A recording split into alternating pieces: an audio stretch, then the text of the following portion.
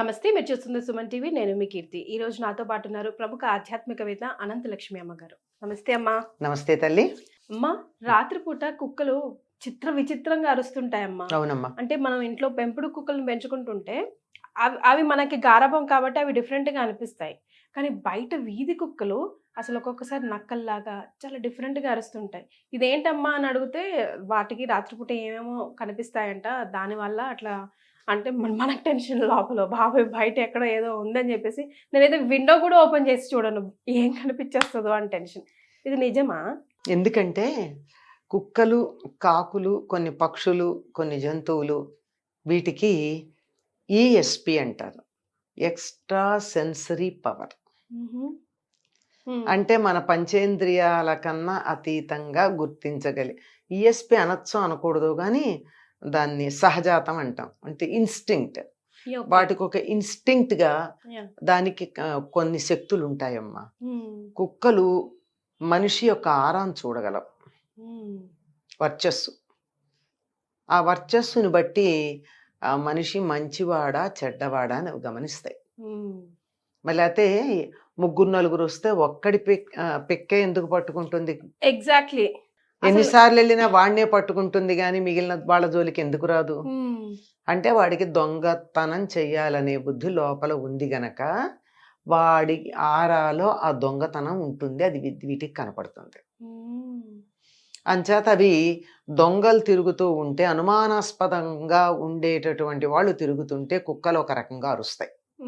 మామూలుగా ఉండదమ్మా కుక్కల అరుపు. మనం అనుకుంటాం కానీ కుక్కలు అన్ని రకాల భావాలు ప్రకటించగలవు.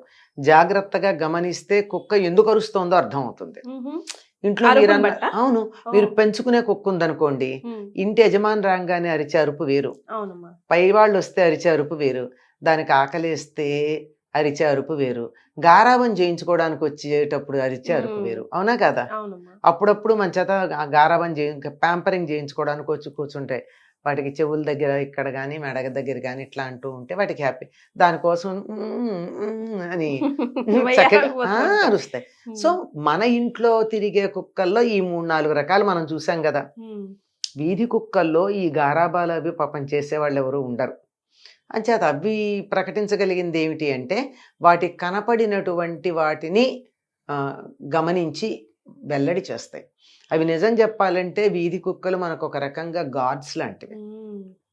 అయితే ఈ రోజుల్లో పిల్లల్ని పీక్కు తిండాలి అవి చేస్తున్నాయి అనుకో, కానీ ఒకప్పుడు అలా ఉండేవి కాదు. కుక్కలున్నా పిల్లలు అసలు ఏ పిల్లని ఎప్పుడు వీధి కుక్క కరిచినట్టు మా చిన్నతనంలో మేము వినలేదమ్మా. బాగా కుక్కలు ఉండేవి. ఈ మధ్య కాలంలో ఉన్నాయి, మరి ఎందుకో తెలియదు. ఏ కాలనీలో అయినా వీధి కుక్క పీకింది అలా అయింది అనే మాటలు వింటున్నాం మనం. సరే, మొత్తానికి వాటికి వచ్చేటటువంటి వాళ్ళు సదుద్దేశంతో వచ్చారా దురుద్దేశంతో వచ్చారా అన్నది మనిషి చుట్టూతా ఉండే వర్చస్సును బట్టి చూసి అర్థం చేసుకుని అరుస్తాయి. ఇది ఒకటి. ఇంకొకటి రెండోది ఏంటంటే, శరీరం లేకుండా ఉండే ఆత్మలు కూడా వాటికి కనపడతాయి. అవునంట కదా. అవి కనపడేటప్పటికి వాటికి వేయడ్గానే ఉంటుంది కదమ్మా. శరీరం లేకుండా ఆత్మ కనపడితే అంచేత అవి ఏడుస్తాయి. కుక్కలు ఏడుస్తాయి, మీరు గమనించి ఉండాలి. అదే అంటున్నా. ఈ ఏడ్చేటటువంటి దాంట్లో మళ్ళీ 2 రకాలు ఉంటాయి. ఒకటేమో అది అదే కంగారు పడి ఏడ్చేది ఒకటి, ఒక డిస్టర్బ్డ్ గా ఉంటుంది. అలా కాకుండా మృత్యువు రాబోతోంది ఈ ప్రాంతంలోకి అనేటటువంటిది కూడా అవి గమనించగలవు. అలా గమనించి 24 గంటల లోపల ఆ ప్రాంతంలో ఎవరో ఒకళ్ళకి ప్రాణం పోవడం అన్నది జరుగుతుంది అన్నది ఆ కుక్క ఏడుపుని బట్టి గమనిస్తారమ్మా. ఎందుకు కుక్కల ఏడుపుని గమనించుకుంటూ ఉండడం. పూర్వకాలం కూడా ఎందుకు పెంచేవారమ్మా కుక్కల్ని? ఎందుకు పెంచేవారంటే ఇట్లాంటివి మనకి గుర్తు తెలియ చెప్తాయని. ఎన్నో సందర్భాల్లో ఇప్పట్లాగా ఇళ్లల్లో పెట్టిను మంచాల మీద పడుకోబెట్టుకుని పక్కల్లో కూర్చోబెట్టుకుని కాదు.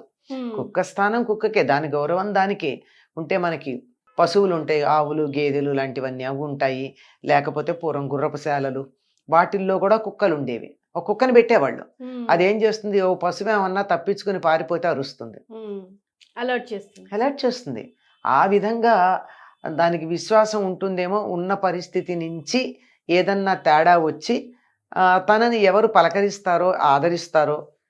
పెంపుడు కుక్క కాదు గనక మనం దాన్ని పెంచమేము, పెంచము. కానీ పెడుతూ దాన్ని ఒకసారి దాని వంకోసారి చూసి హలో చెప్పామనుకో, అది మన శ్రేయస్సు కోరుకుంటుంది. ఎస్, కానీ నిజంగా కుక్కకున్న విశ్వాసమే వేరే లెవెల్ అమ్మా. వేరమ్మా, కుక్కకి అసలు విశ్వాసం అన్న దానికి ప్రతిరూపంగా ఉంటుంది. ఆఖరికి మీరు ఒక్కసారి మంచి మాట వీధి కుక్కని పలకరించి వెళ్ళండి, అది మీకు ఏ ఏ చిన్న హాని కలిగినా అలర్ట్ చేస్తుంది. మీ ఇంటి వైపు ఏదన్నా వస్తుంటే అలర్ట్ చేయగలదు.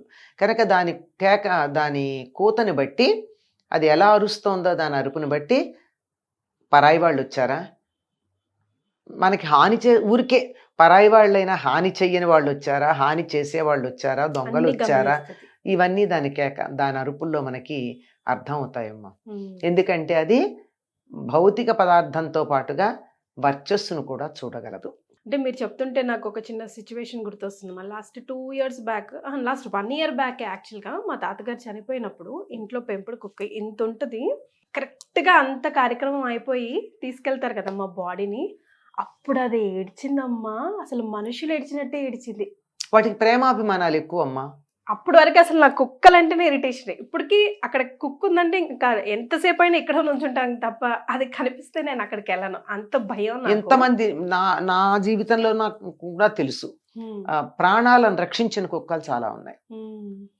ఇంట్లోకి ఏదైనా పాము లాంటివి వచ్చేటప్పుడు కానీ, లేదంటే ఇంకేదన్నా వస్తూ ఇంట్లో వాళ్ళకి ఇబ్బంది కలిగించేప్పుడు గుమ్మంలో నిలబడి వాళ్ళ ప్రాణాలు రక్షించినటువంటి సంఘటనలు నేను ఎన్నో చూశాను. ప్రాణం ఒడ్డి మరీ అవి కాపాడతాయి. సో అలాంటి మనకి ఏదైనా నెగిటివ్ థాట్ వచ్చినప్పుడు, ఇప్పుడు ఒక రకంగా ఏడిస్తే ఆ వీధిలో కానీ ఆ ఇంట్లో కానీ ఎవరైనా చనిపోతారు అని అట్లా అనిపించినప్పుడు మనం ఏం చేయాలి? చేయగలిగింది ఏం లేదమ్మా, అలర్ట్ గా ఉండడం, కొంచెం జాగ్రత్తగా మన పనులు అవి త్వరగా తెమల్చుకుని, ఎవరికి మూడిందో పాపం ఏమిటో అనుకుని మనం జాగ్రత్తగా ఉండడం అంతే. కానీ తెలుస్తాయి, తేడా తెలుస్తుంది. దొంగలు తిరుగుతున్నారా, ఏదో ప్రాణహాని జరుగుతుందా అన్నది మాత్రం తెలుస్తుంది. రైట్ అమ్మా, థ్యాంక్ యూ సో మచ్. నమస్తే.